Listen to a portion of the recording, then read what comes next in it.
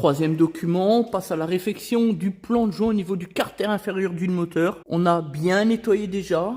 Maintenant, on va déposer la crépine pour pouvoir ensuite déposer, évidemment, l'objet du dossier, la pompe à huile, Torx de 25, 3 vis. Comme ceci. Pour le moment, on expulse la jauge d'huile pour éviter de la casser. Crépine déposée, on va pouvoir déposer donc la pompe. Ensuite, on est passé au dégraissage, réfection du plan au niveau du carter lui-même. On vient de déballer la pièce neuve, la voici. Voilà. Le joint spi, ça c'est une bobine d'allumage pour un autre client. Ensuite, on dégraisse bien les petites vis, on décolle. Une fois, on dépose. Et là, regardez bien le bricoleur avec encore une fois de la pâte à joint sur la pompe à eau. Putain, je comprends pas. Ah, puis on insiste bien hein, jusqu'au tour, hein, tout le long, vas-y. Des bricoleurs, mais des champions du monde. Réfection du plan de joint.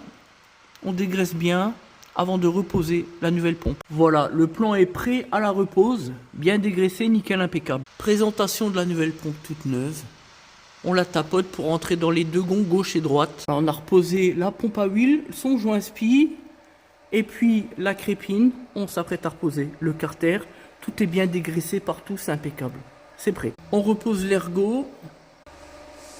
Carter est bien reposé, tout est fixé. On va laisser reposer la nuit. On attaquera demain matin, la suite. À savoir reposer la disserie, la pompe à eau, tout ça. Voilà, un petit cordon de pâte à joint, pas plus, pas moins, impeccable, regardez ça un peu.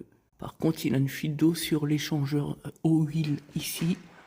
Tout à l'heure, on a nettoyé, ça recoule, ça a été tapé, on le voit. Bon, on a bien travaillé, on arrête cette journée parce que je suis cramé, j'en peux plus. Là. Les courbatures partout, c'est... La puissance plus que pro. Allez, on va là acheter du pain, du bon pain aussi. Hein. Pas trop de glucides. Tout ce qu'il faut là. Pain complet, aux graines, avoine, le top. Puis de l'eau, eh oui, de l'eau. Mais pas n'importe quelle eau. Du Montrouscous. C'est la meilleure de toutes les eaux. Ne surtout pas acheter de l'eau dans le groupe Nestlé, j'en dis pas plus. Un coup de graissage, on repose la petite clavette que voici. Graisse le pignon pour faciliter son passage. On y va tout doucement pour éviter de faire sauter la clavette, bien sûr. Voilà, là on comprend qu'elle est dedans. C'est tout bon.